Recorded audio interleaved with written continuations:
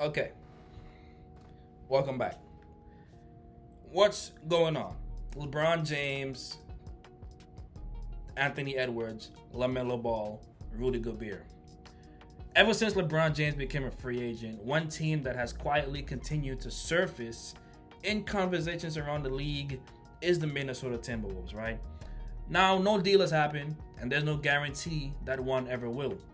Cleveland has widely been viewed as the leading contender, if you can, while teams like Golden State, Miami, Philadelphia, and Minnesota has been linked as a possible destination for LeBron, right?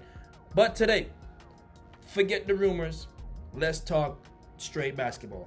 Because if LeBron actually signs with Minnesota, I honestly think it could be one of the smartest basketball fits of his career.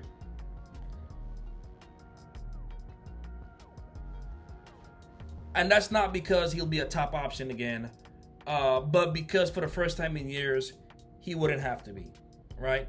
Uh, Anthony Edwards changes everything. Let's start with the obvious.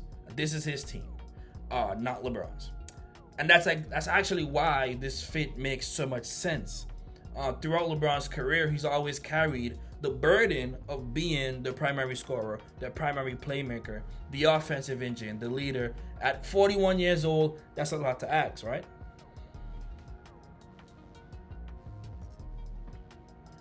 But in Minnesota, he wouldn't have to do that anymore.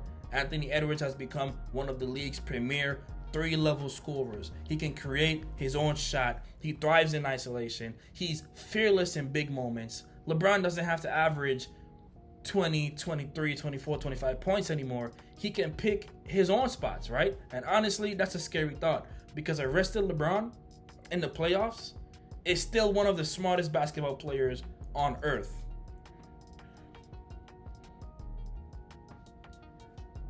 And in this position, LeBron becomes the ultimate point forward.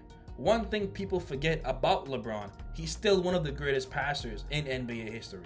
Imagine him running the offense while Anthony Edwards attacks off the ball, right? Think about all the easy buckets, the backdoor cuts, transition opportunities, corner three.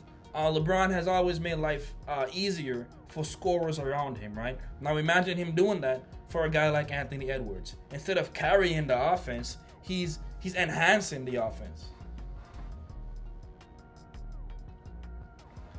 And then you have the guy everybody likes to hate on, but is pretty decent still, is Rudy Gobert, right?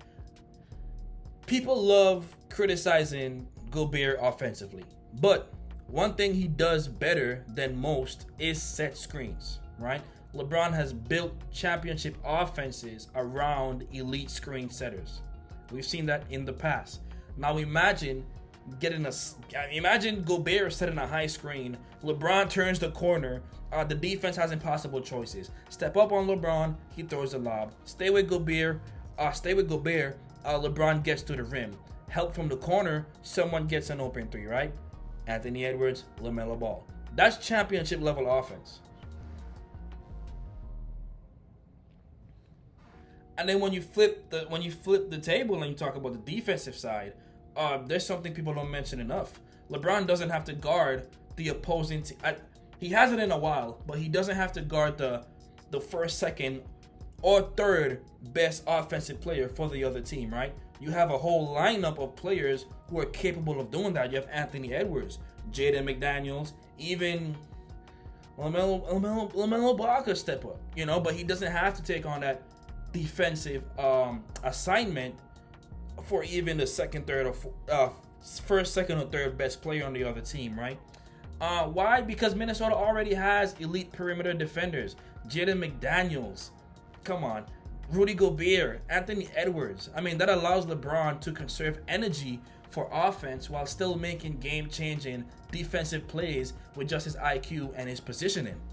Instead of chasing guards for 35 minutes, he becomes the defensive quarterback, right? That's where his experience becomes invaluable.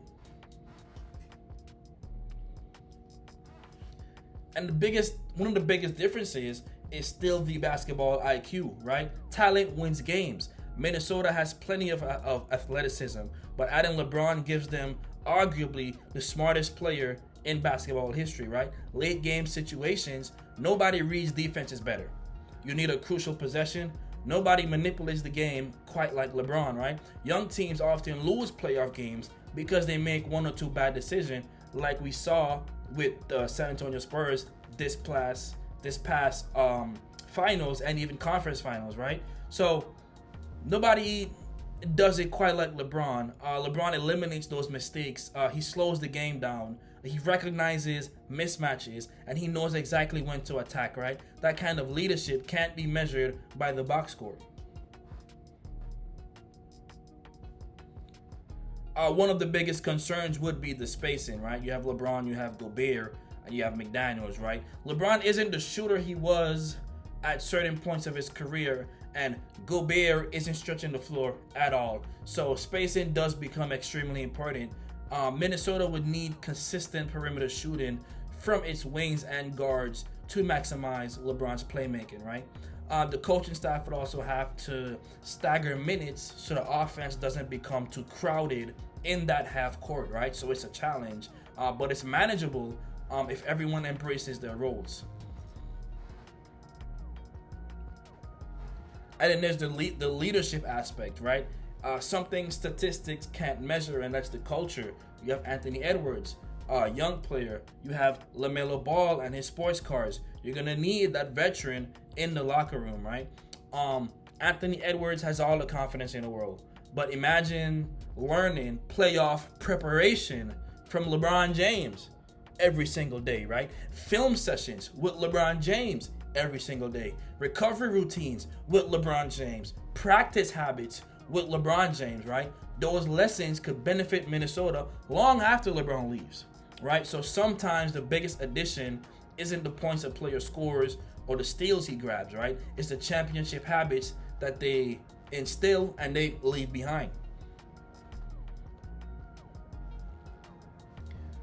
Now, one of the biggest questions is, putting San Antonio to the side for a minute, can they beat Oklahoma City, right? Now, would Minnesota become the favorites in the West? I think they'd immediately be right there with OKC and the San Antonio Spurs, right? The Thunder would still be one of the deepest teams in basketball, depending on the couple moves they make. But they have all these draft picks. I'm sure they'll find replacements for the guys they have leaving, right?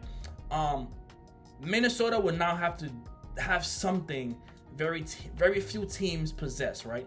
Two elite scorers, LeBron James and Anthony Davis, right?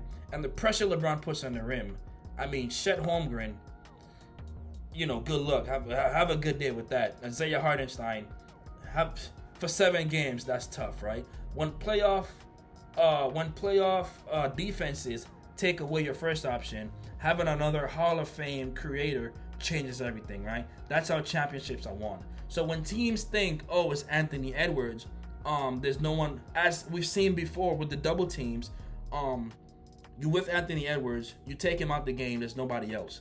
Well, now you have LeBron James and LaMelo Ball. So it's not going to be as easy come this time around, right? And so LeBron joining this Minnesota team wouldn't just be another